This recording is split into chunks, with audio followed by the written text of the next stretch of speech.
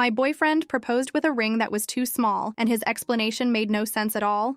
The moment should have been perfect. Candles flickering on our dining table, my favorite pasta dish cooling between us, and him down on one knee with a velvet box trembling in his hand. Every girl dreams of that moment, the culmination of years of love and patience. But when I slid the ring onto my finger, it didn't fit. It was laughably small, catching on my knuckle and refusing to go past the first joint. He laughed it off, said the jeweler must have made a mistake. I believed him because I wanted to believe him. I wanted the fairy tale. But now, 3 weeks after the proposal, I'm standing in a jewelry store alone, and the truth the jeweler just told me has turned my entire world upside down. I still remember the way his hand shook when he opened that box. Nathan had never been the most confident person, especially when it came to grand gestures. He was the type of man who showed love through small things, remembering how I took my coffee, leaving notes on the bathroom mirror, holding my hand during scary movies even though he'd seen them before. So when he finally got down on one knee, I thought my heart might burst right out of my chest. I've been wanting to do this for a long time, he said, his voice cracking just a little. You're my everything, and I want to spend the rest of my life making you happy. Will you marry me? I didn't even let him finish. I was nodding before the words were fully out of his mouth, tears already streaming down my cheeks. Yes, I said, my voice barely a whisper. Yes, yes, yes. He slid the ring out of the box, and I extended my left hand, my fingers trembling with anticipation. The ring was beautiful, a delicate solitaire diamond set in a band that looked like it belonged in a vintage shop window. It sparkled in the candlelight,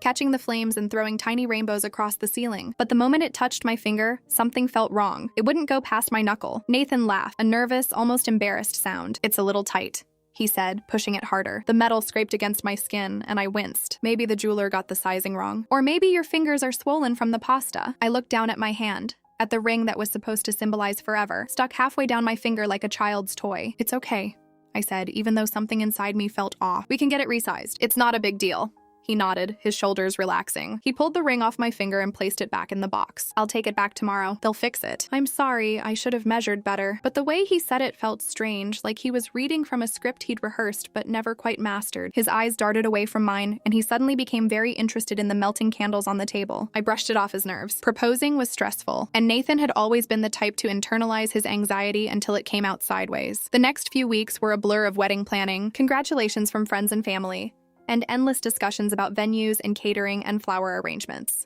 Every day, I'd look down at my bare left hand and feel a little pang of disappointment. The ring was still at the jeweler's, Nathan said. They were swamped. It was taking longer than expected. I believed him because I had no reason not to. But there were little things, small inconsistencies that I noticed but didn't want to acknowledge, like how he never brought up the ring unless I mentioned it first, or how he seemed relieved every time I changed the subject to something else, or how he'd started working late more often, coming home with the same tired excuse about deadlines and project managers. One night, about 3 weeks after the proposal, I came home from work early. I had a headache that wouldn't quit, and my boss had finally told me to go home and rest. I walked into our apartment, kicked off my heels, and headed straight for the bedroom. But as I passed the living room, I saw Nathan's laptop open on the coffee table, still glowing. He usually took it with him to work. The fact that he'd left it behind was strange, but what was even stranger was what I saw on the screen. He had a tab open to a jewelry store website, not the one where he'd bought the ring, but a different one that specialized in custom-designed pieces. And on the screen was a ring. Not my ring, a different ring, bigger, more elaborate. A ring that looked like it could fit someone else entirely. I should have looked away. I should have walked into the bedroom and pretended I hadn't seen anything. But my feet wouldn't move. My brain was screaming at me to stop, but my fingers were already on the keyboard, scrolling down the page. At the bottom of the screen, there was a note, a personalized message that someone had typed into the design form. Please resize to fit a size 8. I think I measured wrong last time. A size 8. My ring size was a 6. I knew that because I'd been measured at the jewelry store when I was picking out a bracelet for my mother. So why was Nathan ordering a ring in a size 8? Was this the same ring he'd proposed with? Had he bought the wrong size because he was having it made for someone else? My hands were shaking now. I closed the laptop, my heart pounding so hard I could feel it in my throat. I walked to the bedroom and lay down on the bed, staring at the ceiling, trying to make sense of what I'd seen. There had to be a logical explanation. Maybe he was helping a coworker with an engagement ring. Maybe he was buying a gift for his mother. Maybe he'd just been browsing and the page had loaded by accident. But deep down, I knew something was wrong. Something had been wrong since the moment that ring didn't fit. And I was about to find out exactly what. I didn't confront him that night. I wanted to, but I was too scared of what the answer might be. Instead, I waited until he went to work the next morning. And then I did something I never thought I'd do. I went through his things. I found it in his jacket pocket, tucked away in the inner lining. A receipt from the original jeweler, dated 3 days before the proposal. The ring size was listed clearly at the bottom, 8. He'd known the ring was too big for me. He'd known the entire time. And he'd proposed anyway, hoping I wouldn't notice or hoping he could fix it before I figured out the truth. But why? Why propose with a ring that was meant for someone else? Who was it meant for? That's when I found the photo. Tucked behind the receipt, hidden in the same jacket pocket, was a worn photograph of Nathan and a woman I'd never seen before. They were at the beach, arms around each other, laughing at something off camera. And on her left hand, glinting in the sun, was a ring that looked exactly like the one he'd given me. I felt the ground fall away beneath my feet. Everything I thought I knew about Nathan, about us, about our future, it all crumbled in that single moment. I sank to the floor.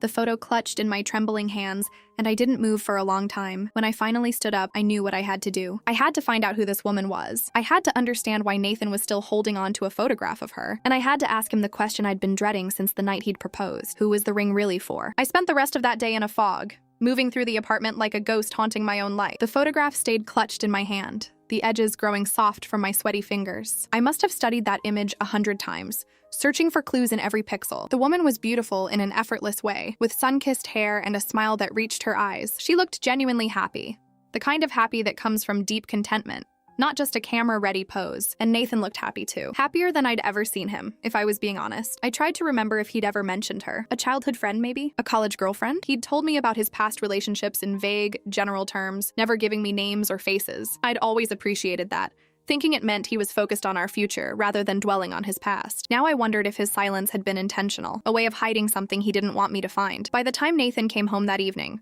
I had composed myself. I'd put the photo and the receipt back in his jacket pocket, exactly where I'd found them. I'd made dinner, something simple that I could choke down without tasting. I'd practiced my questions in the mirror until my voice sounded steady. He walked through the door at 7:30. Dropping his bag by the entrance and kicking off his shoes. "Hey, babe," he said, kissing my forehead as he passed. "Smells good. What's for dinner?" "Chicken and vegetables," I said, my voice flat. "Your favorite." He didn't notice the strain in my voice. He was already at the table, reaching for a plate, talking about his day. Something about a coworker who'd messed up a presentation, a meeting that had run too long, the usual office frustrations. I nodded along, stirring the food on my plate without eating it, waiting for the right moment to ask. "So," I said finally, setting down my fork, "I was thinking about the ring today. The jeweler called and said it's ready."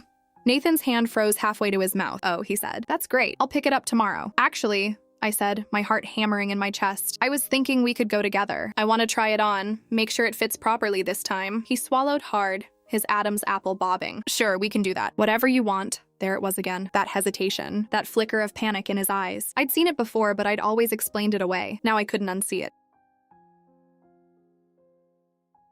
"Nathan," I said, keeping my voice calm and steady. "Who was the woman in the photograph?" He went pale. His fork clattered onto his plate, and for a moment, I thought he might actually be sick. "What photograph?" he asked, but his voice was weak, deflated. "The one in your jacket pocket," I said. "The one with you and a woman I've never met. The one where she's wearing the ring you gave me." He sat there, frozen, his mouth opening and closing like a fish gasping for air. I'd never seen him so completely lost for words. The man who always had a logical explanation, a reasonable answer, was suddenly speechless. "I found it this morning," I continued. "I wasn't looking for it. I was just trying to find your phone charger, and I saw the receipt. And then I saw the photo, and I saw the ring on her finger. So I'll ask you again. Who is she?" Nathan stood up from the table, knocking his chair backward. He walked to the window and stood with his back to me, his shoulders hunched. For a long moment, the only sound in the room was the hum of the refrigerator and the distant traffic from the street below. "She was someone I used to know," he said finally, his voice barely above a whisper. "Before you? A long time ago?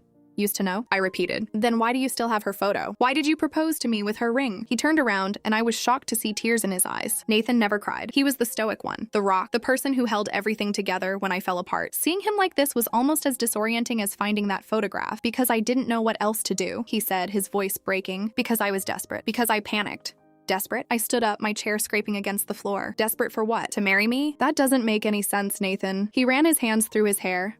A nervous gesture I'd seen 1,000 times, but never with this much intensity. "Her name was Rebecca. We dated for 2 years. I loved her. I thought I was going to marry her." "Past tense," I said, clinging to the word like a life raft. "You loved her. Past tense, right?" He didn't answer. He just stood there, staring at the floor, and the silence was more damning than anything he could have said. "Tell me everything," I demanded. "No more secrets. No more half-truth. Tell me who she is and why her ring is on my finger." Nathan sank into a chair, his body collapsing like a puppet with cut strings. He looked older somehow, wearier, as if the weight of his secrets had aged him years in a single conversation. "Rebecca and I met in college," he began, his voice hollow. "We were together through graduation, through our first jobs, through everything. She was everything to me. I was going to propose on our 5th anniversary. I had the ring ready. I had the whole thing planned." He paused, swallowing hard. I could see the effort it took for him to continue. "Then she got sick. A rare cancer, something they caught too late. She was gone within a year." I was devastated. I couldn't function. I couldn't eat, couldn't sleep, couldn't do anything except stare at the walls and wish I'd died instead of her. My anger began to cool,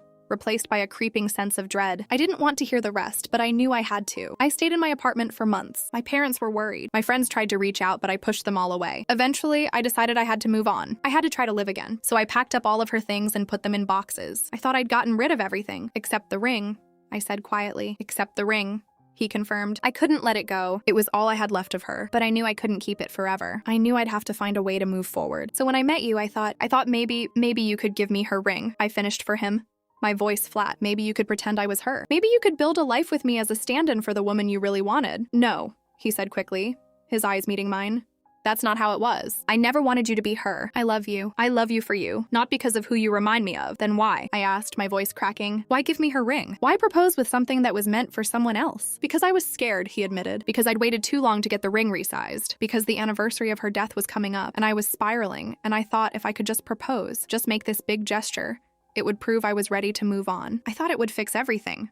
Did it? I asked. Did it fix everything? He didn't answer. He didn't need to. The expression on his face told me everything I needed to know. I walked over to the table and picked up the photograph. I looked at it one more time, at Rebecca's beautiful face, at Nathan's genuine smile. They looked so happy. They looked like a couple who had everything. I'm not her, I said, my voice barely a whisper. I'm never going to be her. And I don't want to spend my life trying to compete with a ghost. Natalie, please, he said, reaching for me. Please don't do this. I love you. I know I messed up, but I love you. We can fix this. We can start over. I pulled away from him, my arms wrapped tightly around myself. Start over? Nathan, you started our engagement with a lie. You started our future with her ring. How am I supposed to trust anything else? Let me explain, he pleaded. Let me make it right. Make it right? I laughed, but there was no humor in it. You can't make it right? You can't change the fact that when you knelt down in front of me, you were thinking about her. He opened his mouth to respond, but I held up my hand to stop him. I walked past him toward the door, grabbing my purse and a jacket. Where are you going? He asked, his voice desperate. I need to think, I said. I need to be somewhere I'm not looking at her face. I walked out of the apartment, letting the door close behind me. I didn't know where I was going. I just knew I couldn't stay. I needed space. I needed air. I needed to figure out who I was outside of the shadow of a woman I'd never met. I ended up at my sister's apartment, though I don't remember driving there. The streets blurred past me, a smear of headlights and street lamps. My mind too consumed with everything Nathan had told me to focus on the road. I must have run every red light between his place and hers. But somehow I arrived in one piece, my hand still shaking against the steering wheel. Vanessa took one look at my face and pulled me inside without asking questions. She poured me a glass of wine, wrapped me in a blanket, and sat with me on her couch, while the words spilled out of me like water from a broken dam. I told her everything, from the too small ring to the photograph to the confession about Rebecca. She listened without interrupting, her expression shifting from confusion to anger to something resembling pity. That's messed up, she said when I finally finished. Like, really messed up. But also, I kind of understand. Understand what? I asked, my voice raw. Understand how he could lie to me for 3 weeks? How he could propose with another woman's ring? No, Vanessa said carefully. I understand how grief can make people do stupid things. I'm not saying what he did was right. It was absolutely wrong. But I can see how someone in his position might think they were doing the right thing. I stared at her, incredulous. You're defending him? I'm not defending him, she said. I'm trying to help you see the whole picture. He lost someone he loved. That kind of loss changes a person. It makes them act in ways they wouldn't normally act. Maybe he genuinely believed he was ready to move on. Maybe he convinced himself that giving you that ring was a way of honoring her memory while building a new life with you. Honoring her memory, I repeated bitterly. By lying to me? By making me wear her ring without telling me? I know, Vanessa said. I know it's not okay. But I also think you need to figure out whether this is something you can forgive. Not forget because you'll never forget, but forgive. I didn't sleep that night. I lay on Vanessa's guest bed, staring at the ceiling, replaying every moment of my relationship with Nathan through this new lens. Every time he'd been distant, every time he'd pulled away from me, every time I'd felt like I wasn't quite enough. It all made sense now. I wasn't competing with a living woman. I was competing with a ghost, and ghosts always win. The next morning I went back to the apartment. I needed to face him. I needed to know if there was anything worth saving. Nathan was sitting on the couch when I walked in. His eyes red-rimmed, his hair disheveled. He looked like he hadn't slept either. He jumped up when he saw me, his hands outstretched. Natalie, please, he said. Just let me explain everything. The whole story. Everything I should have told you from the beginning. I sat down across from him, my arms crossed, my expression guarded. I'm listening. He took a deep breath and began. He told me about Rebecca, not just the sanitized version he'd given me the night before, but the real story. The laughter, the arguments, the quiet mornings in bed, the way she'd sing off-key in the shower. He told me about her diagnosis, the way her hair fell out, the way she'd tried to stay brave even when she was terrified. He told me about her death and the year of darkness that followed when he couldn't see a future beyond his grief. Then I met you, he said, his voice cracking. And for the first time in a long time, I felt something other than pain. I felt hope. I felt like maybe I could start over. But you didn't start over, I said. You just moved the old things into a new space. I know, he admitted, and I'm so sorry. I thought I was doing the right thing. I thought if I could just propose, if I could just commit to a future with you, it would prove that I was ready to let go of the past. But I didn't realize until last night that I was never ready. I was just running away from the grief, using you as a distraction. His words hit me like a physical blow. I'd been a distraction, a placeholder, someone to fill the void left by a woman I'd never known. I didn't tell you about the ring because I was ashamed, he continued. I knew it was wrong. I knew you deserved better. But I was too scared to admit that I wasn't over her. I was too scared to lose you. Then why didn't you just tell me? I asked, my voice breaking. Why didn't you just say, hey, I'm struggling. I'm not ready, but I want to get there with you because I was a coward. He said simply. I was too afraid to admit that I was broken. I thought if I pretended hard enough, I'd eventually become the person I was pretending to be. We sat there in silence for a long time. I could hear the ticking of the clock on the wall, the distant hum of traffic, the sound of my own heart breaking into pieces. Where do we go from here? I finally asked. Nathan looked at me, his eyes full of desperation. I don't know, but I want to try. I want to try to be the person you deserve. I want to go to therapy. I want to work through this grief once and for all. I want to give you a ring that's actually yours. One that doesn't belong to anyone else. I wanted to believe him. I wanted to believe that we could move past this, that our love was strong enough to survive the weight of his past. But something inside me had shifted. The trust I'd built over 4 years had been shattered, and I didn't know if it could ever be rebuilt. I need time, I said finally. I need to figure out who I am outside of this relationship, outside of being the woman who came after Rebecca. Nathan nodded, his face pale. I understand. Take all the time you need. I'll be here. I moved out of the apartment that week. Vanessa helped me pack my things, and I found a small studio apartment on the other side of town. It was cramped and bare, but it was mine. I filled it with books and plants and photographs of my family. I started going to therapy myself, trying to untangle the knots of anger and hurt and insecurity that had taken root in my chest. And I started to think about Rebecca, not as a rival, but as a woman who had loved and lost, who had faced death with courage, who had left an indelible mark on the man I loved. I wondered if she would have approved of me. I wondered if she would have wanted Nathan to find happiness again, or if she would have wanted him to remain frozen in grief forever. I realized slowly that I didn't hate her. I couldn't. She wasn't the enemy. She was just someone who had loved Nathan before me, who had held his heart in her hands and left fingerprints that wouldn't fade. The question was whether I could love him knowing that her fingerprints were there. 3 months later, Nathan showed up at my studio apartment. He looked different somehow, lighter, as if he'd shed a weight I hadn't even known he was carrying. He had a small velvet box in his hand, and my heart stopped. This isn't the same ring, he said quickly. I want you to know that. I sold the original one and used the money to buy this. It's new. It's just for you. No history, no ghosts, no baggage. He opened the box, and inside was a simple gold band with a small diamond. It was modest and beautiful.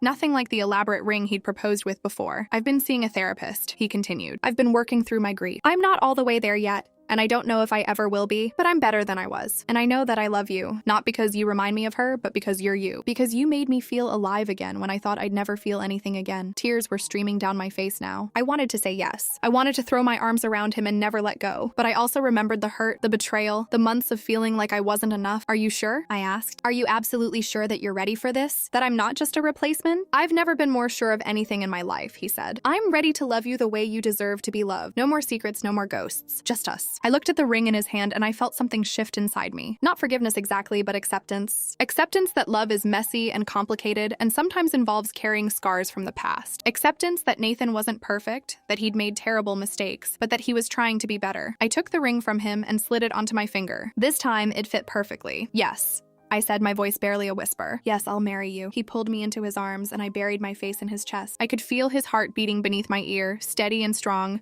And for the first time in months, I felt like I could breathe again. We got married the following spring. The wedding was small, just family and close friends. Vanessa was my maid of honor, and Nathan's mother cried through the entire ceremony. When I walked down the aisle toward him, I saw the tears in his eyes, and I knew that this time, they were for me. I still think about Rebecca sometimes. I wonder what she would have thought of our wedding, of the life we've built together. I like to think she would have been happy for us. I like to think she would have wanted Nathan to find love again. I've learned that grief doesn't have a deadline. It doesn't disappear, but it does change shape over time. Nathan still has bad days, days when the weight of his loss feels too heavy to bear, but he's learned to talk about it, to share it with me instead of hiding it away. And I've learned to listen, to hold space for his pain without feeling threatened by it. Our marriage isn't perfect. We argue, we frustrate each other, we sometimes go to bed angry, but we always wake up choosing each other. We always remember that love isn't about being perfect. It's about being willing to grow, to change, to forgive. And I've forgiven him. Not because he deserved it, but because I deserved the peace that comes with letting go of anger. Because holding on to resentment would have only hurt me more. The ring on my finger doesn't belong to anyone else. It's mine, just like our future is ours. And that's enough.